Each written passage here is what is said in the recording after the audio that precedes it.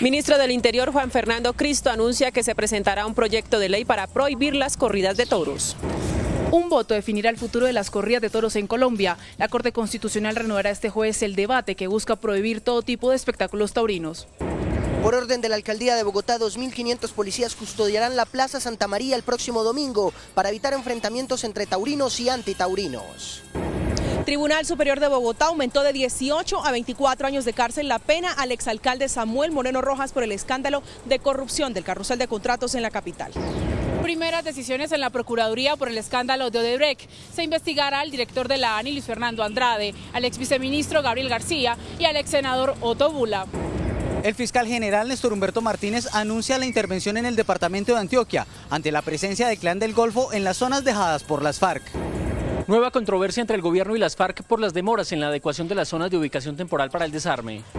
Se abre paso la propuesta del expresidente Álvaro Uribe para que el Congreso suspenda el trámite de la Justicia Especial de Paz mientras las FARC mantengan niños reclutados. El gobierno terminó hoy de acordar con los partidos políticos sin la participación del Centro Democrático un proyecto de estatuto de garantías y derechos de la oposición. En Colombia aumentó el consumo de sustancias psicoactivas. El Ministerio de Justicia afirma que la marihuana es la droga de mayor consumo entre jóvenes. Análisis de Selección Colombia que esta noche perdió con suplentes de Brasil.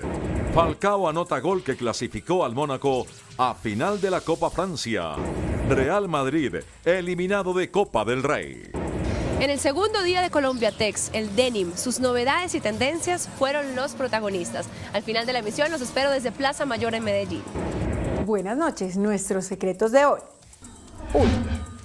Dura lucha por la presidencia de las Cortes. 2. Pelea de colosos por Café Salud. 3. La Corte Constitucional estudia la recuperación de un tesoro. ¿Será que sí? 1, 2 y 3 al cierre.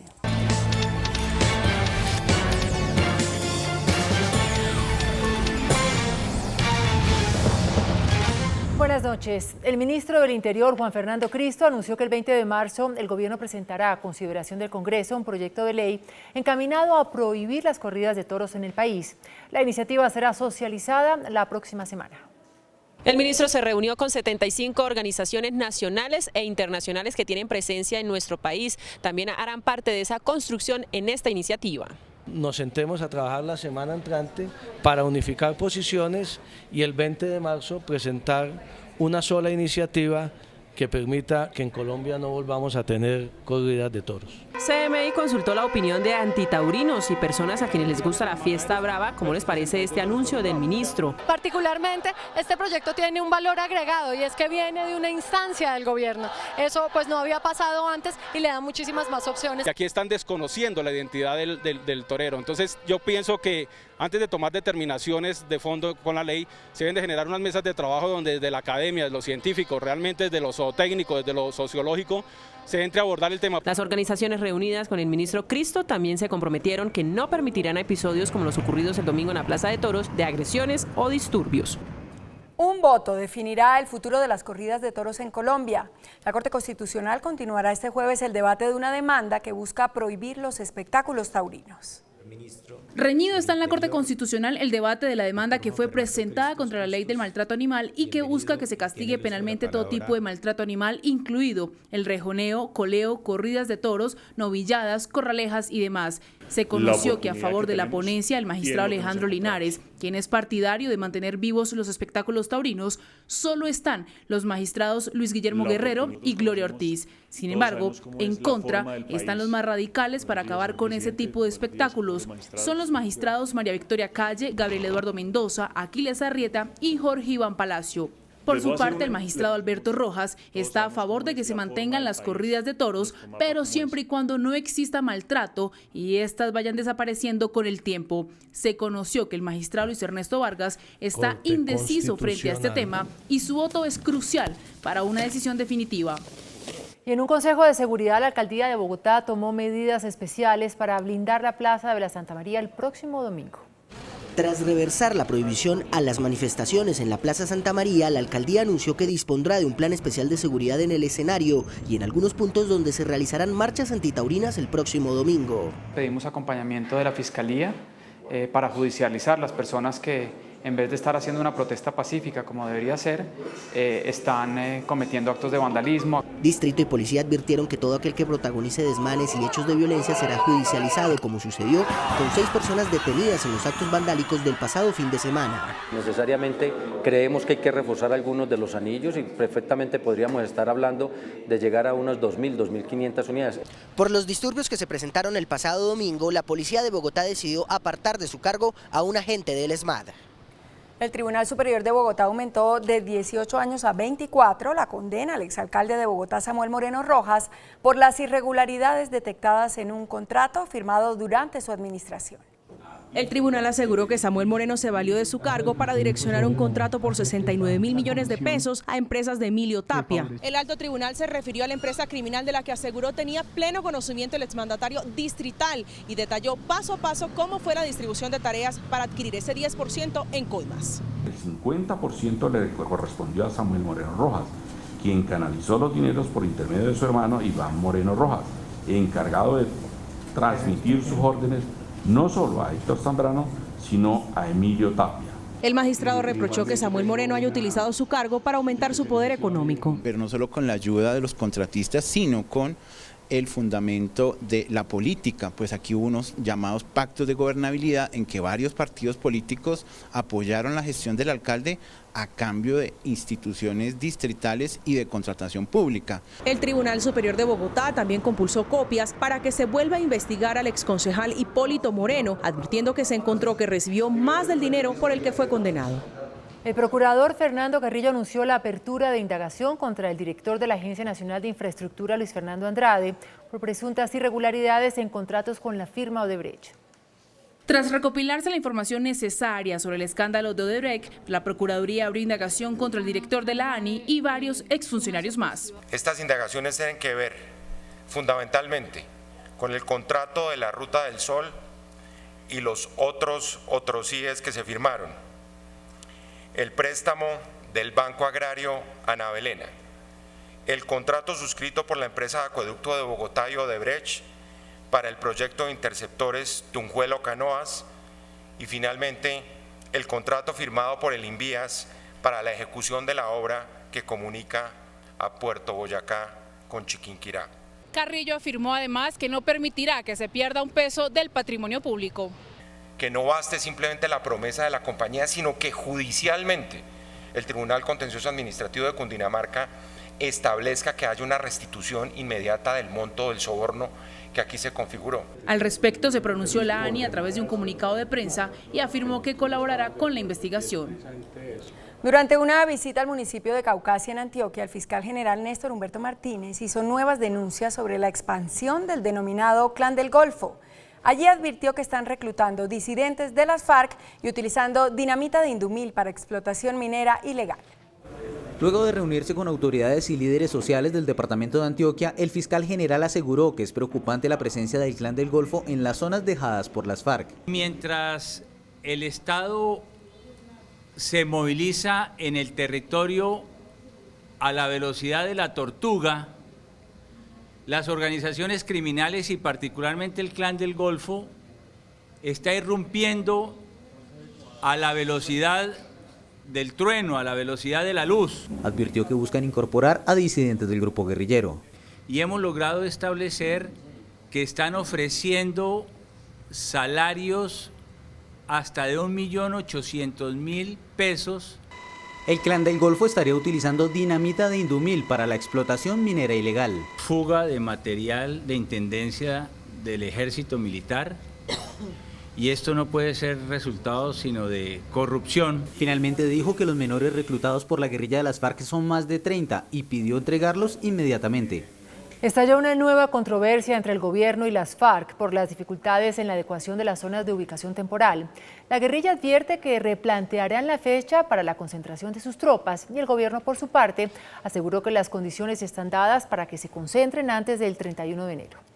A 6 días de la meta fijada por el presidente Juan Manuel Santos para la concentración de todos los guerrilleros de las FARC, el jefe máximo de esa guerrilla, alias Timochenko, planteó la posibilidad de mover la fecha. Si el gobierno no instala inmediatamente infraestructura necesaria, hay que replantear fecha de llegada de las FARC a zonas veredales. El gobierno considera que el jefe de las FARC está mal informado. Lo que entendemos formalmente es que la fecha sigue en pie y aquí estamos reiterando que esa, al parecer, desinformación que se tiene sobre los avances, el gobierno tiene una información bastante detallada de los avances y es responsable de esos avances y garantiza las condiciones para que las personas de las FARC estén allí el 31 de enero máximo. En una reunión en Bogotá, el gobierno y las FARC empezaron a planear las rutas para los desplazamientos de los guerrilleros. La propuesta del expresidente Álvaro Uribe para que el Congreso suspenda el trámite de la Justicia Especial de Paz mientras las FARC no devuelvan los menores que tiene reclutados recibió el apoyo de las bancadas políticas. La Justicia Especial para la Paz está a las puertas de las plenarias de Senado y Cámara, pero el expresidente Álvaro Uribe sorprendió al Congreso con esta propuesta. No obstante nuestra oposición, propondremos que esa votación se aplace hasta que la FARC devuelva todos los niños. Me parece que es un punto que el Congreso debe meditar antes de seguir con el debate de estos proyectos. Hay demoras por parte de las FARC, por parte del gobierno, que de ninguna manera pueden frenar no solamente el proyecto de la JEP, sino cualquier otra iniciativa. Les vamos a exigir a ambos que cumplan y si no cumplen, el Congreso no puede seguir como un loquito legislando sobre un acuerdo de paz que no están cumpliendo. Por otra parte, que recuerden los de las FARC, que siguen burlándose del país y van para el Tribunal Internacional de Justicia. Exigirle a las FARC que den respuesta frente a eso, pero hay que continuar con la implementación de los acuerdos de paz. Por eso invito a todos los partidos políticos para que nos pronunciemos y nos unamos sobre esa bandera hoy de que pongan en libertad inmediata los menores por parte de las FARC. El presidente del Congreso, Mauricio Liscano, nombró una comisión que verificará el cumplimiento de los acuerdos y advirtió que el Congreso podría demorar los proyectos de paz. Pues esta es la historia de un joven que fue reclutado por las FARC a los 11 años y escapó de sus filas a los 16. Le pidió a la guerrilla acelerar la salida de todos los menores de sus campamentos. Este joven, que conoció los secretos de las FARC en Antioquia, considera que en sus filas hay muchos más menores de los 21 que la guerrilla reportó al gobierno. Eso era una suma muy cortica. Digo que en cada campamento, mal contados, cuando yo iba a las reuniones, miraba 10 de 20. Entonces, ahí está el porcentaje, son muchos los menores de edad que habían en esa época. Recuerda que las exigencias en las FARC eran las mismas para los niños que para los adultos. Le enseñan a uno a tener mano dura y corazón duro como para tomar decisiones de justiciar a otra persona porque robó o porque violó a tal persona. Dentro de los menores que posiblemente las FARC devuelvan en las próximas semanas, no estarán los que fueron reclutados a su lado. Los otros 3 pelados ya habían muerto y murieron siendo menores de edad. O sea, ellos no duraron más de... El que más duró 2 años y todos murieron en combate. Desde el inicio del proceso de paz, las FARC han permitido la salida de 13 menores de edad de sus campamentos. El gobierno y los partidos políticos terminaron la preparación del proyecto de ley para crear el estatuto de oposición que dará garantías y derechos a los movimientos y colectividades políticas que se enfrenten a los gobiernos, bien sea del orden nacional, departamental o municipal. El estatuto adoptado hoy por el gobierno y los partidos y que será llevado en 2 semanas al Congreso dará protección especial y derechos a la oposición de las agrupaciones políticas o independientes. Para que los partidos políticos que decidan hacer oposición cuenten y gocen con todas las garantías y las protecciones como una obligación del Estado. Plenas garantías para el ejercicio de la oposición. Básicamente se define en ese estatuto como la parte fundamental. Los derechos tienen que ser unos derechos de fiscalización y por supuesto tienen que haber también unos derechos de participación. Y sobre todo, en el caso colombiano, un respeto por la vida de los opositores y los disidentes políticos. El uribismo se abstuvo de participar en los acuerdos. Nosotros deliberamos en el Congreso, pero nosotros sí no vamos a tener la hipocresía de participar en una mesa dirigida por un gobierno que durante 6 años lo único que ha hecho es lacerar a la oposición. El proyecto será tramitado por el método de la vía rápida y por lo tanto el estatuto estaría en vigencia antes del 16 de marzo. El Ministerio de Justicia reveló que en Colombia aumentó el consumo de sustancias psicoactivas. La marihuana es la droga de mayor consumo entre los jóvenes. Extremadamente jurídico. El Ministerio de Justicia entregó este miércoles su informe anual sobre el reporte de drogas de Colombia 2016 y allí revela que según un estudio que se hizo en los últimos meses, aumentó el consumo de drogas ilícitas en Colombia. Explicó que esto se da no solo porque más personas la consumen, sino porque el mercado de sustancias es cada vez más amplio y diverso. En cuanto al consumo de alcohol, que 2 de cada 3 niños en el ámbito escolar consumen alcohol y naturalmente ocurre un fenómeno similar en relación con el consumo de sustancias psicoactivas. Para el 2008 teníamos estadísticamente un 8% aproximadamente de niños y adolescentes involucrados que en alguna vez en este consumo, y ya para el 2013 hablábamos no de un 8% sino de un 13%. En el informe se indica que Medellín y su área metropolitana, Antioquia y los departamentos que integran el eje cafetero tienen consumos de drogas ilícitas superiores al resto del país.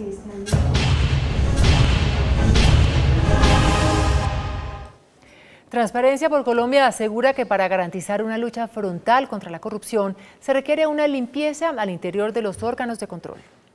Para Transparencia por Colombia, los órganos de control necesitan una reingeniería porque la corrupción también tocó el interior de estas entidades. ¿En qué se explica esto? Básicamente en la existencia de cuotas políticas, cuotas clientelares y, lo más triste, la captura por parte de bandas criminales de los intereses de la justicia y los órganos de investigación. La contratación directa, de acuerdo con Transparencia por Colombia, es uno de los mayores focos de corrupción. En nuestra última evaluación, el 62% del total de la contratación de entidades nacionales fue contratación directa. De 100 puntos posibles, Colombia se lleva 37 en el índice de percepción de Transparencia Internacional, que señala que el sector público es el más afectado con este flagelo.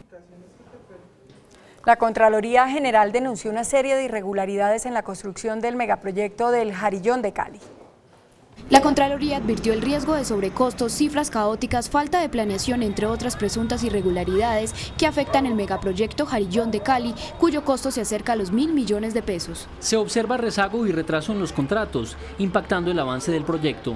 El director del Fondo de Adaptación le respondió al ente de control. Cualquier cifra caótica que deba aclararse o cualquier riesgo de un sobrecosto, el fondo debe responder. Mensualmente a la Contraloría se informa sobre los avances y sobre las cifras del proyecto. También aseguró que el avance de las obras es del 13%, lo que equivale a 3,5 kilómetros de los 26 kilómetros que se debe proteger del Jarillón. El director de fiscalización de la DIAN, Leonardo Sicard, reveló que ya se inició un proceso contra 60 empresas por falsificación de facturas. La Dirección de Impuestos y Aduanas Nacionales ya inicia procesos en conjunto con la Fiscalía General en contra de 60 empresas que estarían comercializando y vendiendo facturas falsas. Según la entidad, esta modalidad busca evadir impuestos con la presentación de mayores gastos para obtener una reducción en la renta. Estamos por dictar las medidas que correspondan tanto en materia penal como en materia tributaria. Para esos efectos están detectadas. Ya hay acciones correspondientes conjuntamente con la Fiscalía General de la Nación. El monto de la estafa está sobre los 68.000 millones de pesos, es decir que se evadió el pago de tributos por 25.000 millones de pesos. Las miradas de los entes de control sobre la corrupción en la salud pasa también por los contratos interadministrativos que se realizan entre alcaldías y gobernaciones.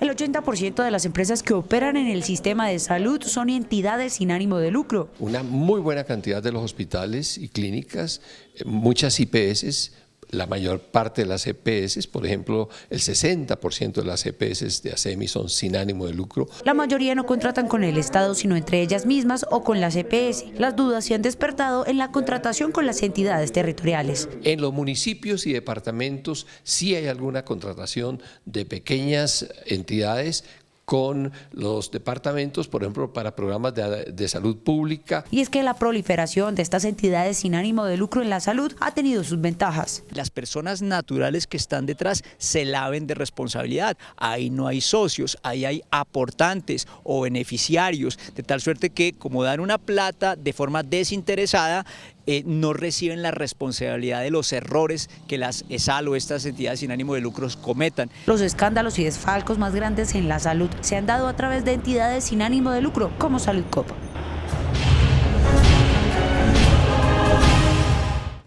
Científicos rusos han logrado identificar un nuevo gen que podría ser el desencadenante de la depresión. Científicos del Instituto de Citología y Genética y de la Universidad Estatal de Novosibirsk en Siberia han hallado un nuevo gen que se une ya a los 7 que se han descrito para hallar el porqué de la depresión. Un estudio que explica el genetista de la Universidad del Rosario, Carlos Restrepo. Pero evidentemente un octavo o un noveno es importante porque este puede ser un gen mayor. Hay genes mayores y hay genes menores. Sin embargo, se estima que puede haber entre 10 y 100 genes los que causan esta enfermedad mental, que tiene un poco de heredabilidad genética y factores externos. La persona que sufre de depresión puede tener varios genes mutantes de susceptibilidad a depresión que junto con factores del medio ambiente en suma hacen que la persona sea depresiva. Finalmente, estudios como el que dan a conocer los rusos son un empuje más para la farmacéutica. Porque eventualmente se podría desarrollar un medicamento específico para cuando una persona tiene la falla de ese gen. La directora de ingresos de la DIAN, Cecilia Rico, puso en marcha una ofensiva de cobro contra 380.000 contribuyentes que le adeudan a la entidad 4.7 billones de pesos.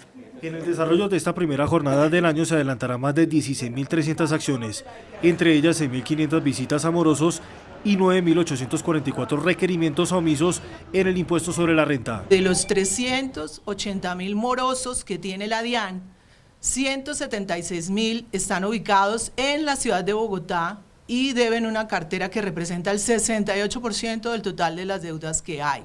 La DIAN envió requerimientos a más de 9.844 personas naturales que no declararon impuestos con la vigencia fiscal del 2015. Yendo con nuestro servicio y con nuestro control a los sitios donde está el contribuyente. Cabe notar que la jornada de cobro se extenderá hasta el próximo viernes. El presidente Juan Manuel Santos puso en funcionamiento el mayor centro de aprendizaje del SENA del país, ubicado en el municipio de Chía, en Cundinamarca. 85.000 aprendices saldrán beneficiados. Con unas instalaciones que envidiaría cualquiera de las mejores universidades del país, el presidente Juan Manuel Santos inauguró el Centro de Desarrollo Agroindustrial del SENA en Chía, Cundinamarca, el mayor de su tipo en el país. Va a enseñarle a 85.000 compatriotas colombianos, muchachos, muchachas, todos los años. El presidente Juan Manuel Santos resaltó además que gracias al trabajo del SENA se ha logrado conseguir durante su gobierno 3.890.000 nuevos puestos de trabajo. En medio de este evento, el director de SENA anunció que la institución está lista para ingresar a las zonas veredales de las FARC. Hemos preparado 120 instructores en este momento que están listos para abordar la formación. Las primeras formaciones que vamos a hacer es en asociatividad, en trabajo o desarrollo de proyectos económicos comunitarios, lo han pedido ellos mismos. El SENA también abrirá centros en varios municipios afectados por el conflicto armado en Colombia. El índice de capitalización de la bolsa que mide el comportamiento de las 20 principales acciones cerró a la baja. El índice de capitalización de la Bolsa de Valores de Colombia bajó 0,12% a 1.365 puntos. La acción de Valsimesa fue la que más subió con una valorización de 3,77% a 1.650 pesos. La acción de Preferencial Semargos fue la que más cayó con una pérdida de 1,83% a 10.720 pesos. La acción más transada de la jornada fue la de Ecopetrol al movilizar más de 38.000 millones de pesos. El precio del dólar se mantuvo estable. Indicadores económicos del día en CMI. Tasa representativa del mercado que regirá para mañana jueves será de 2.927 pesos con 53 centavos. Los profesionales del cambio compran la divisa en 2.900 pesos y la venden en 2.950 pesos. Un euro cuesta 3.151 pesos con 10 centavos. La libra de café en Nueva York se cotizó a $1 con 52 centavos. El azúcar se transó en 20,38 centavos de dólar la libra. El barril de petróleo WTI se cotizó en $52 con 86 centavos. Una acción de Ecopetrol cuesta 1.385 pesos. A los 80 años fallece la legendaria estrella de la televisión norteamericana, la actriz y comediante Mary Tyler Moore. Detalles de su muerte después de comerciales cuando los espero desde Plaza Mayor en Medellín con el segundo día de Colombia Tex.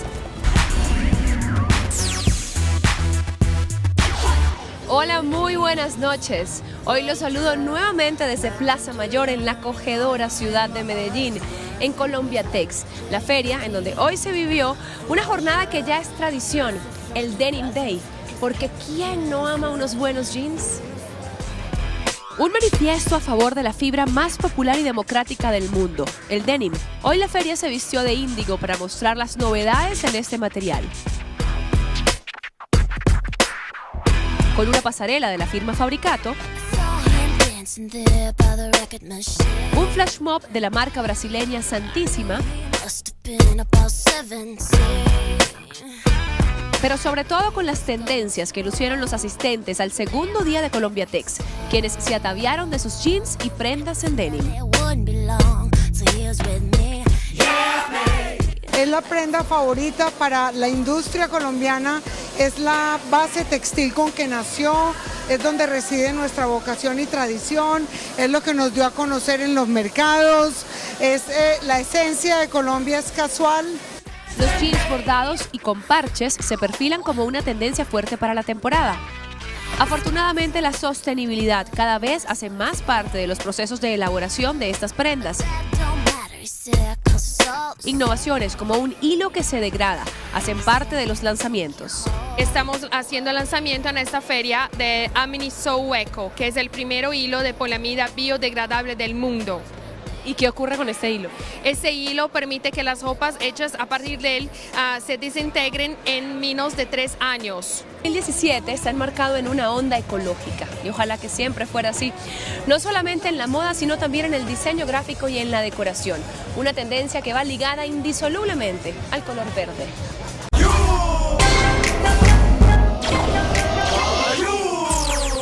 Greenery es el color Pantone del año 2017.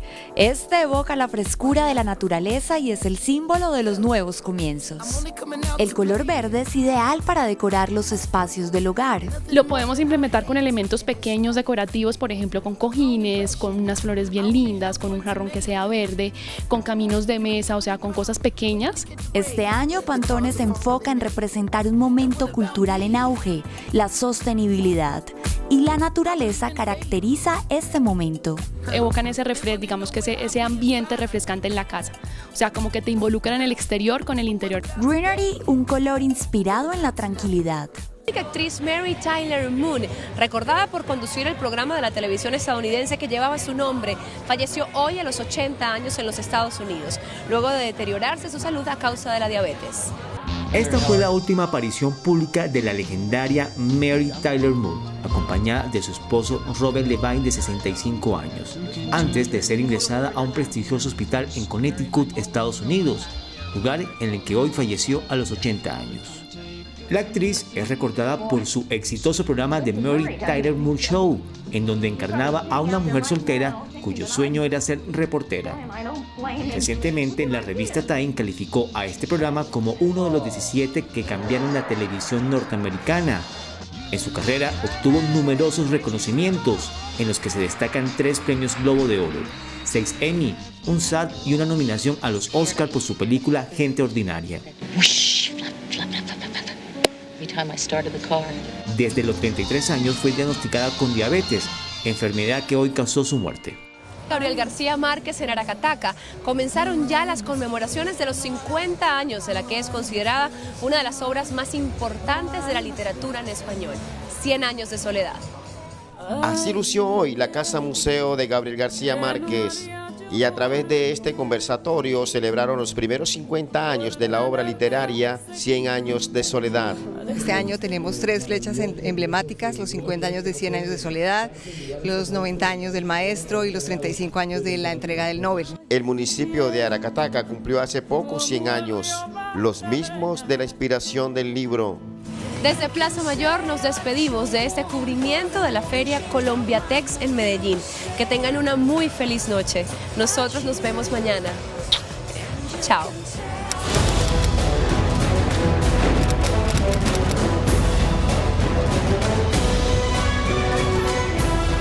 Clinton, casado desde hace 16 años con su esposa Hillary, mantiene un romance de 12 años con la rubia, ex empleada estatal y cantante de cabaret, Jennifer Flowers. Jennifer vendió su historia al periódico Star por $50,000. Richard Kaplan, director del periódico, dice que ella les entregó pruebas de su relación con Clinton e inclusive cintas en las que Clinton le ordena negar la relación. Clinton dijo que siempre ha sido un fiel y amante esposo. Después de la pausa, nuestros secretos de hoy. 1. Dura lucha por la presidencia de las Cortes. 2. Pelea de colosos por Café Salud. 3. La Corte Constitucional estudia la recuperación de un tesoro. ¿Será que sí? 1, 2 y 3 después de comerciales. Nuestros secretos de hoy. 1. Comenzó la puja por la presidencia de las Cortes. De la presidencia de la Corte Constitucional sale la magistrada María Victoria Calle, quien se caracterizó por ser progresista y quien salvó a la corporación de la crisis que afrontó por el caso Pretel. Para sucederla, asumirá el magistrado conservador de Pasto, Luis Guillermo Guerrero, de férrea posición derechista. Menos mal que sus posiciones son casi siempre muy solitarias por el carácter liberal del alto tribunal. En la Corte Suprema hay una fuerte disputa para reemplazar a la magistrada Margarita Cabello Blanco, cuya postura ha sido central y quien asumió fuerte vocería en los temas de paz. Suenan los magistrados Rigoberto Echeverry y Mauricio Burgos de la Sala Laboral, caracterizados por su postura liberal. Ambos disputaron el año pasado la vicepresidencia de la Corte y finalmente la ganó Echeverry. En el Consejo de Estado sale de la presidencia el magistrado liberal Danilo Rojas y en su lugar llegaría el magistrado Jorge Octavio Ramírez, también progresista, y quien lideró las salas donde se anuló la reelección del exprocurador general Alejandro Ordóñez. No parece, pues, que haya amenaza a la posición moderna de las altas cortes a pesar de su relevo en las presidencias. 2. Comienza el sonajero de los interesados en Café Salud. La semana entrante se conocerá el banco de datos de Café Salud, donde los interesados en comprar la EPS revisarán los pasivos, los activos, los ingresos, los gastos y los indicadores de la EPS para ofertar lo que creen que vale la compañía. Hay 3 empresas interesadas en quedarse con la salud de 4 millones de afiliados. La primera, Grupo Sanitas, con interés no solo por la EPS, sino por las clínicas. Tiene el respaldo financiero de Sanitas Internacional en España. En segundo lugar, Salud Total, empresa de los hermanos Eduardo y Nicolás Wilches, asociados con el coloso mundial de seguros de salud, la británica Bupa, que opera en 190 países. Y tercera, Rivera Salud de España, con experiencia en aseguramiento en salud y operación de clínicas y hospitales. A la EPS Cruz Blanca, para aseguramiento en salud de 2 millones de afiliados, aspira a compensar. Lo que viene es una pelea de titanes mundiales de la salud con Cuadrilátero en Colombia. 3. Una ponencia en la Corte Constitucional pide que se recupere el Tesoro Quimbaya. La Sala Plena de la Corte Constitucional entrará a decidir a partir de mañana cuál debe ser el futuro de las 122 piezas de oro del Tesoro Quimbaya que fueron donadas por el presidente Carlos Holguín Mallarino a la reina consorte de España, María Cristina de Habsburgo Lorena, en 1893. La Corte fallará una tutela presentada por el ciudadano Felipe Rincón Delgado, en la que pide que ordene al gobierno recuperar y repatriar las piezas donadas debido a su trascendencia cultural para nuestro país. La historia es la siguiente. El presidente Holguín entregó el tesoro en conmemoración del 4º centenario del descubrimiento de América como acto de agradecimiento debido a la colaboración de España en el diferendo diplomático que se sostuvo con Venezuela cientos de años atrás. Las piezas de oro se encuentran en un museo de Madrid.